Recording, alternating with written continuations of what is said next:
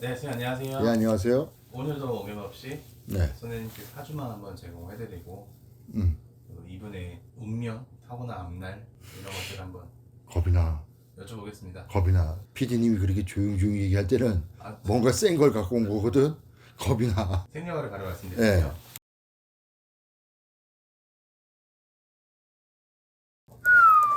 아유, 한승진 한다, 야. 한석격 해요. 한석격 하고, 머리가 상당히 좋아요. 이런 분들은 저희한테 이제 자녀분들이 사주를 갖고 오잖아요. 네. 그러면 제가 이런 말을 해요. 문과, 이과 저는 그런 거 나눠주거든요.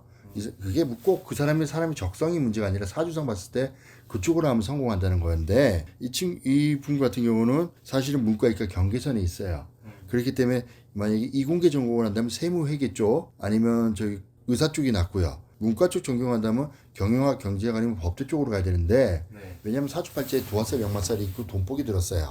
예, 그렇기 때문에 제가 물이 흐름이 있듯이 그런 쪽으로 말씀을 드린 거고 네. 이분 같은 경우에는 있잖아요. 네. 법대 쪽으로 가야 돼요. 법 쪽으로 가야 돼요. 군인, 경찰이나 네. 예, 이쪽으로 해야 돼요. 왜냐면 관운이 들었거든요. 관운이 들었기 때문에 좀 돌아다니는 직업이라든가 아니면 법대 쪽으로 가서 검사나 판사, 변호사 쪽은 아니에요. 변호사 쪽은. 왜냐면 변호사는 우리가 있잖아요. 임명 말할 때 옛날 영화나 이런 걸 보잖아. 이 언변의 재주가 좋아야 되거든. 그렇잖아요. 남들을 설득시키고 지금 전부 다 증거가 있는 걸 갖다 무죄로 만들어야 되잖아. 그렇기 때문에 언변의 재주가 좋고 상황 판단 능력이 좋아야 돼요. 근데 이 성격은 약간 고지식하고 고집이 있어요. 그렇기 때문에 검사나 판사 쪽으로 가야 될 거예요. 올해 52이잖아요. 네. 크게 문제될 건 없는데 올 후반기부터 그러니까 6월달 넘어서부터 망신수, 구설수, 관제도 좀 끼고요. 네. 예, 26년, 27년 요때를 잘 버텨야지만 돼요. 그거는 띠하고 상관없이 우리가 띠는 겉사주라 그러거든요. 네. 태어난 달, 태어난 날짜는 속사주라 그래요. 속사주에서 문제가 생기는 거예요. 이게 간단하게 말하면 그거랑 비슷한 거예요. 그때 왜 우리가 제가 영상 촬영할 때 이재명 씨하고 김문수 씨 얘기했잖아. 그때 속사주에서 문제가 생겼거든.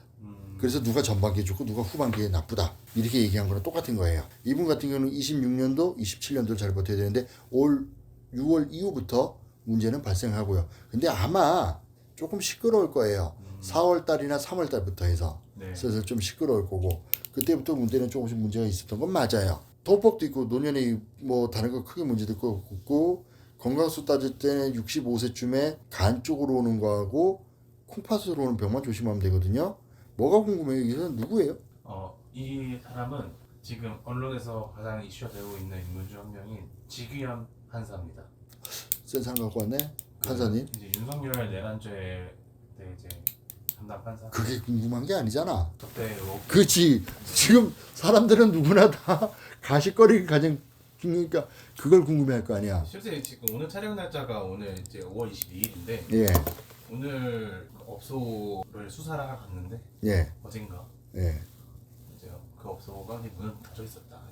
영업은 안 하고 있더라. 내가 사장이라도 영업 안 하겠죠. 문 닫고 압수수색 영장 갖고 오지 않는 이상 맞잖아요. 판사님이 왔다 갔다 접대를 받았다 안 받았다가 중요한 게 아니라 피해보고 싶지 않잖아.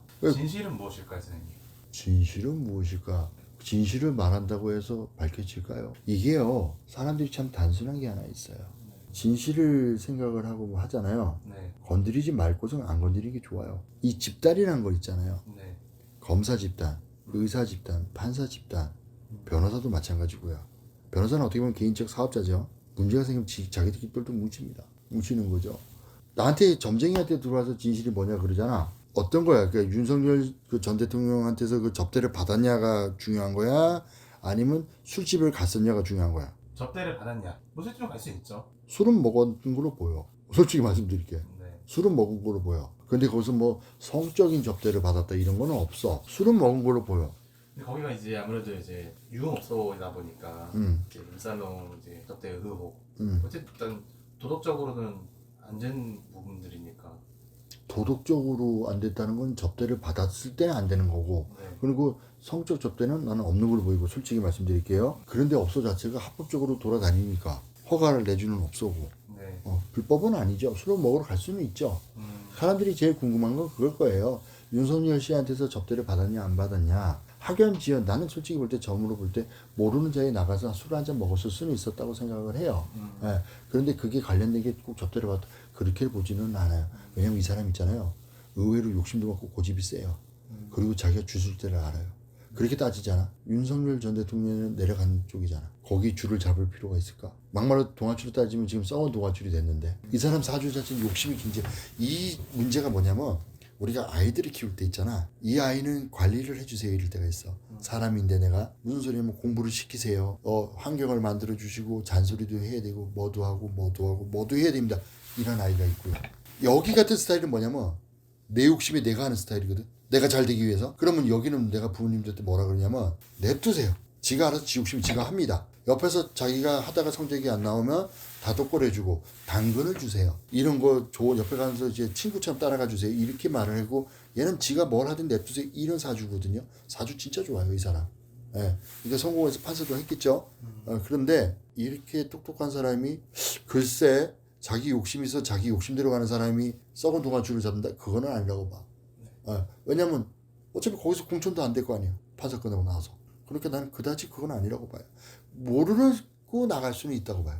모르고. 아니 뭐 아는 선배가 불러서 아니면 아는 동생이 불러서 친구가 불렀는데 가보니까 거기 그 재판에 관련된 변호사가 있었다. 그럴 수는 있다고 봐요.